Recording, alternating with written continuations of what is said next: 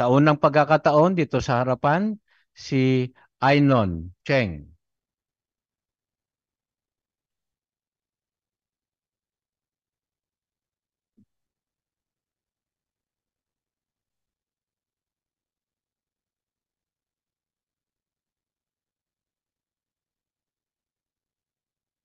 Ito ang haring nakahala sa lupain ng Edom bago nagkaroon ng hari ang mga Israelita. Si Bela na anak ni Beor, ang pangalan ng lungsod niya ay Dinhaba. Nang mamatay si Bela, si Hobab na anak ni Zera mula sa Bozra ang namahala kapalit niya. Nang namatay si Hobab, si Husam na mula sa lupain ng mga Temanita ang namahala kapalit niya. Nang mamatay si Husam, ang anak ni Bedad na si Hadad na tumalo sa Midian ng teritoryo ng Moab ang namahala kapalit niya.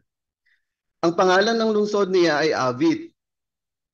Nang namatay si Hadad, si Samla na mula sa Reka ang namahala kapalit niya. Nang mamatay si Samla, si Shaul na mula sa Rehoboth na nasa tabi ng ilog ang namahala kapalit niya. Nang namatay si Shaul, si Baal-Hanan na anak ni Akbor ang namahala kapalit niya. Nang mamatay si Baal-Hanan, si Hadad na ang namahala kapalit niya. Ang pangalan ng lungsod niya ay Pau. At ang asawa niya ay si Mehetabel na anak na babae ni Matred, na anak na babae ni Mezahab. Pagkatapos si Hadad.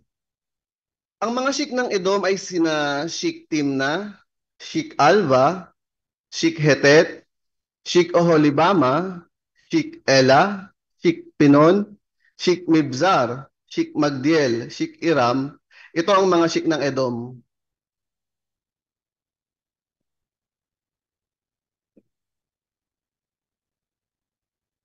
Maraming salamat, Ainon.